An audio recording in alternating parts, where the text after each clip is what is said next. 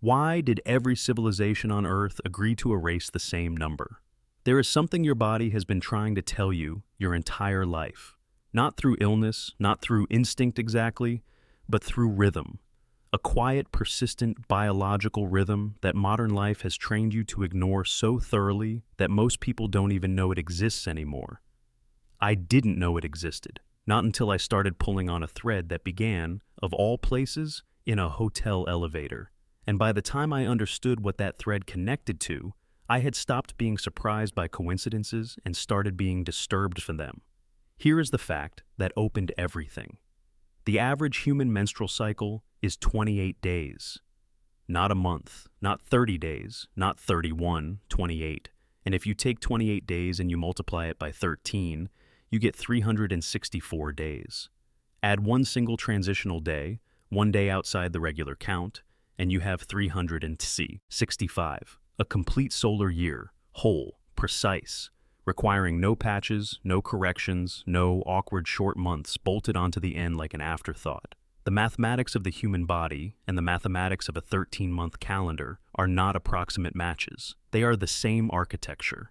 I want you to sit with that for a moment before we go anywhere else. Because once you understand it, everything that follows becomes not just interesting but necessary. We live inside a 12-month calendar. We were born inside it, educated inside it, taxed inside it, scheduled inside it. It governs our work weeks, our holidays, our deadlines, our entire experience of time moving forward. And that calendar requires a month called February, 28 days long in ordinary years, 29 in leap years, a truncated, irregular, patched-together month that exists for one reason only. Because someone had to make the math work when they decided 12 months was the correct number. The month wasn't designed around any natural cycle. It was left over.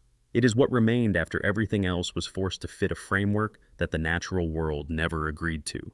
Julius Caesar reorganized the Roman calendar in 46 BCE. He added days to months, restructured the year, and gave us something closer to what we use today.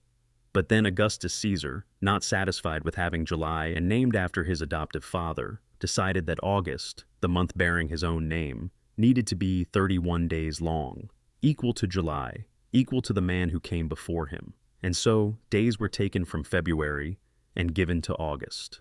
Not for astronomical reasons, not because any celestial body required it, because an emperor's ego required it. The calendar you wake up to every morning carries the arithmetic scar of that vanity. February is not a natural feature of timekeeping. February is what was left after power was finished with the calendar. The deeper I went into this, the more I realized I wasn't looking at a story about numbers. I was looking at a crime scene, and the victim had been so thoroughly removed from official memory that most people don't even know to look for it. Let me tell you what the evidence actually shows. Across 6 continents, across cultures that had no contact with one another, across civilizations separated by oceans, mountain ranges, and centuries of independent development, the number 13 occupied the same position. Not feared, not avoided. Foundational. The Maya built their sacred calendar, the Tzolkin, around a cycle of 13 numbers moving through 20-day signs, producing a 260-day count that tracked Venus cycles, predicted solar zenith passages, and anticipated eclipse seasons with an accuracy that modern astronomers have verified and not fully explained. When a civilization of that mathematical sophistication chooses 13 as the base unit of its most precise astronomical instrument, they did not choose randomly. They chose because 13 worked. The ancient Egyptians recognized 13 stages in the soul's journey towards spiritual ascension. 13, not 12, not 10. The threshold moment, the moment of transformation from one state of being to another, was the 13th. The Sumerians, whose written records predate the Old Testament and whose mathematical framework predates classical Greece, built numerical systems that treated 13 as a cosmic pivot point, the number at which cycles completed and began again. Cuneiform scholars have noted in academic papers, always in footnotes, always with the careful hedging of people who know which conclusions their institutions will accept, that certain numerical passages in recovered tablets resist conventional interpretation. What that means, stated plainly, is that the numbers don't fit the system we're using to read them. Not because the tablets are damaged, not because the ancient scribes made errors. Because our interpretive framework was built around different numbers than the ones those civilizations were actually using. The Druids of pre-Roman Britain maintained a 13-month lunar calendar, each month named for a tree, each corresponding to a full lunar cycle. The Calendar calendar, a Gaulish bronze artifact recovered in France in 1897, one of the longest surviving documents in any Celtic language, encodes a sophisticated lunar solar timekeeping system with 13 as its fundamental unit. By every archaeological measure, it was a calendar of extraordinary precision.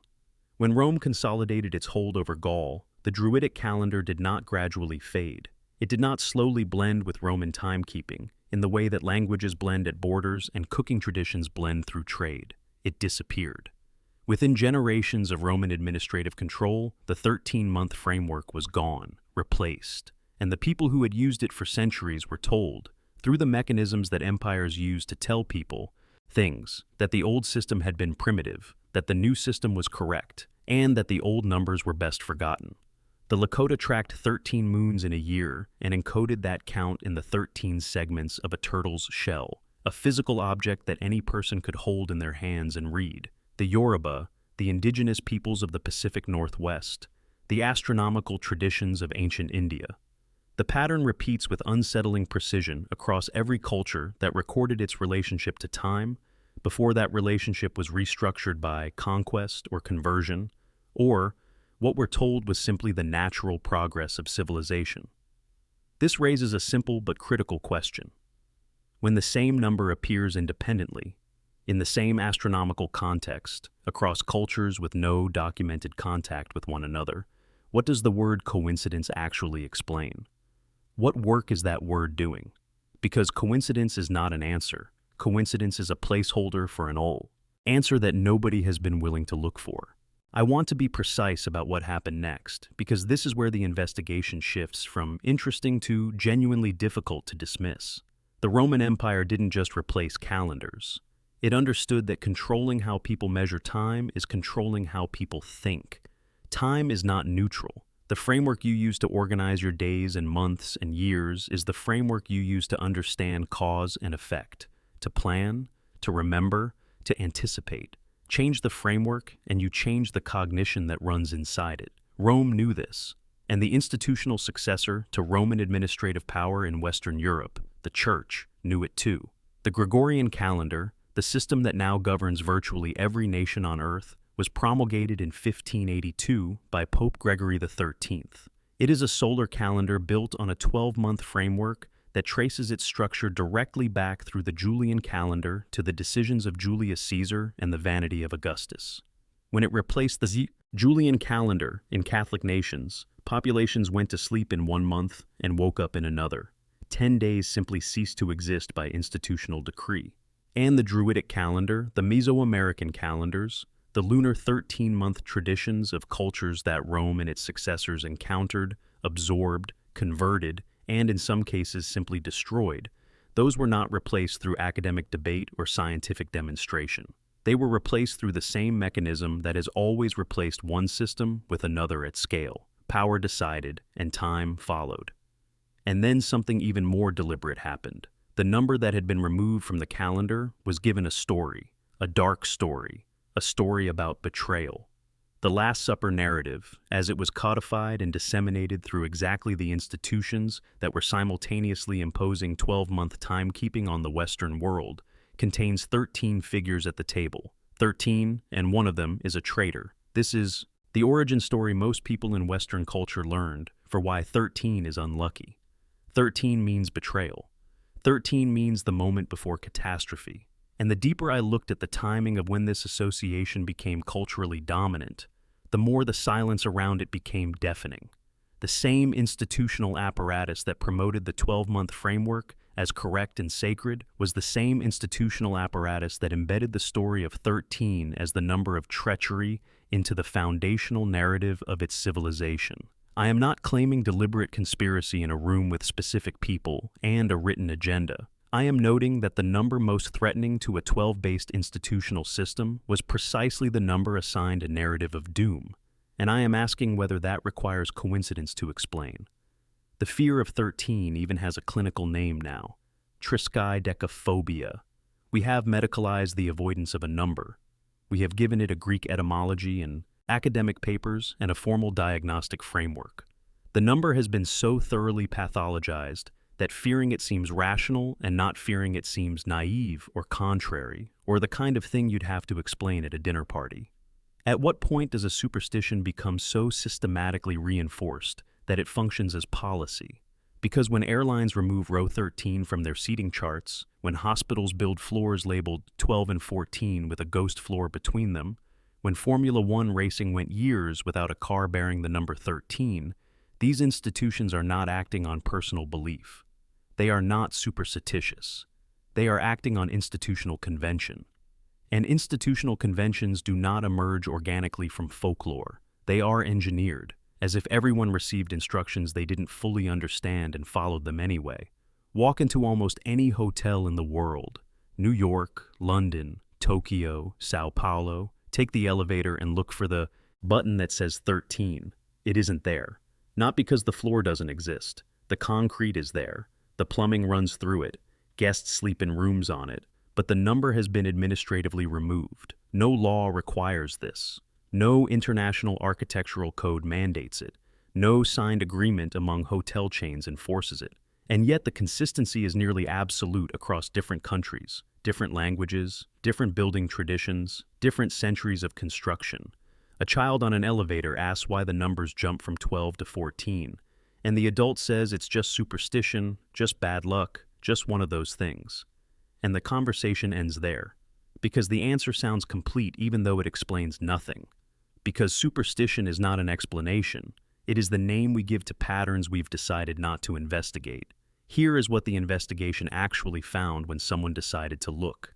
The Ethiopian calendar still operates on 13 months, 12 months of 30 days each and a 13th short month of 5 or 6 days positioned at the end of the solar year. Ethiopia is one of the very few nations on Earth that never fully adopted the Gregorian system. And Ethiopia is one of the very few nations on the African continent that successfully resisted European colonial conquest. I want to be careful here. I am not making a causal argument. I am noting a correlation and asking whether it is worth examining, whether there is something in the preservation of a 13-month relationship to time that corresponds to a people's ability to maintain their own relationship to themselves. Whether the calendar is not just a way of counting days, but a way of knowing who you are in relation to the world you inhabit. The Maya preserved their astronomical knowledge through conquest and forced conversion in ways that still aren't fully understood. The Tzolkin didn't disappear when Spanish missionaries burned the codices that housed it. It survived in practice, in memory, in the bodies of people who continued to count even when the counting had been criminalized. When those missionaries wrote back to their superiors about what they were burning, they described the books as works of the devil. They knew, with the certainty of men who understood what they were doing, that the astronomical knowledge in those books was incompatible with the system they were imposing. You don't burn things that don't threaten you. The Library of Antioch. The books of the Druids, which Julius Caesar himself acknowledged as sophisticated and extensive. The Library of Alexandria. In each case, what survived was selected. What was preserved was curated by someone for reasons that those doing the curating did not always make explicit. And in that selection, 13-based knowledge systems appear with striking rarity. Not because they were rare, because they were not what the curators wanted preserved. Now, I want to talk about what the number actually is, not symbolically, mathematically. 12 divides evenly by 2, 3, 4, and 6. This makes it extraordinarily useful for administrative systems, for taxation, for measurement, for the management of large populations. 12 inches in a foot, 12 months in a year, 12 hours on the face of a clock, 12 items in a dozen, 12 members on a jury. The architecture of modern institutional life is built in 12s, and the reason is not aesthetic. The reason is that 12 is a bureaucrat's perfect number, a number optimized for division, for standardization, for the imposition of uniform systems across diverse populations. 12 is the number of control made elegant. 13 is prime. It divides only by itself and by 1. It cannot be broken into equal parts.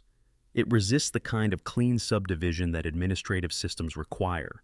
And here is the strangest part of everything I found.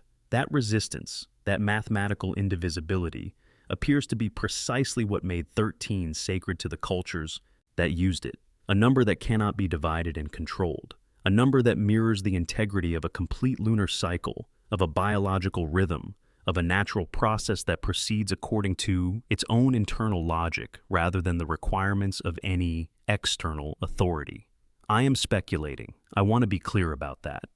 But the pattern of what was removed and what was promoted, of what was burned and what was preserved, suggests not the random drift of cultural preferences over time, but a deliberate and sustained preference for systems that enable management over systems that enable connection. And the traces of what was removed are still visible if you know where to look. Pull a dollar bill from your wallet. Look at it carefully. The Great Seal of the United States, printed on every one, is saturated with 13. 13 stars above the eagle, 13 stripes on the shield, 13 arrows in one talon, 13 leaves on the olive branch in the other, 13 levels on the khur, unfinished pyramid beneath the eye. The men who designed this symbol were scholars of classical antiquity, of ancient languages, of traditions that had not yet been fully consolidated out of cultural memory. They were working in a historical moment, just before the systematic erasure of 13-based knowledge reached its most thorough completion.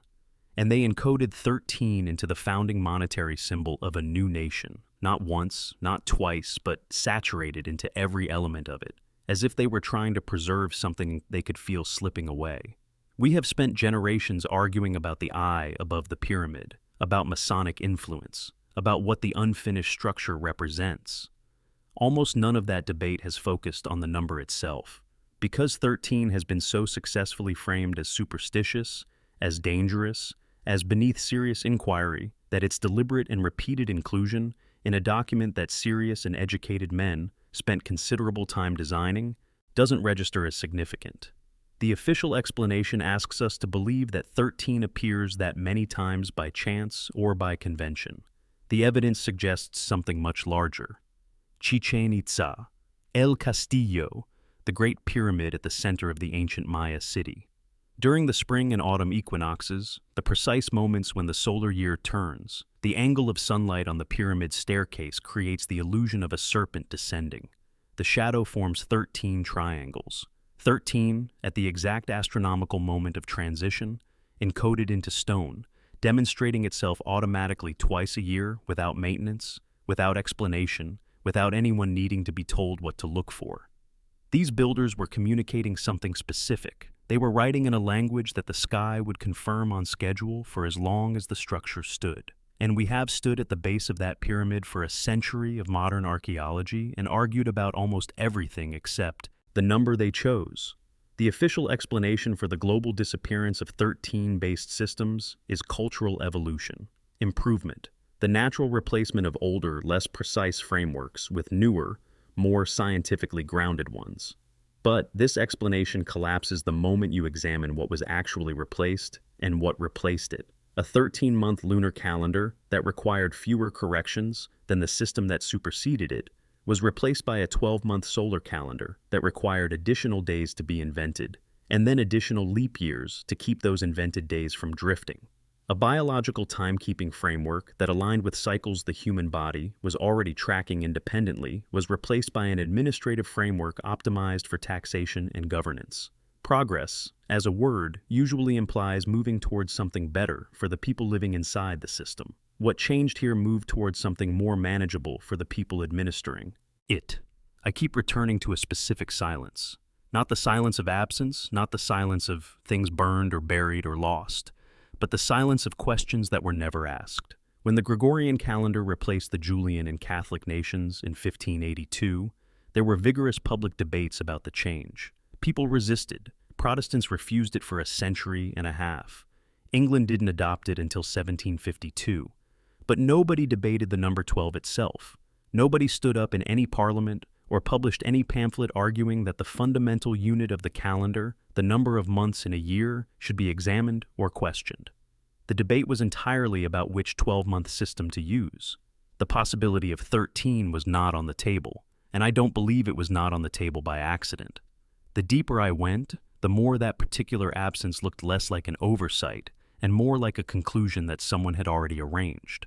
Here is what troubles me most about everything I've described. Not the burned libraries, though those are real.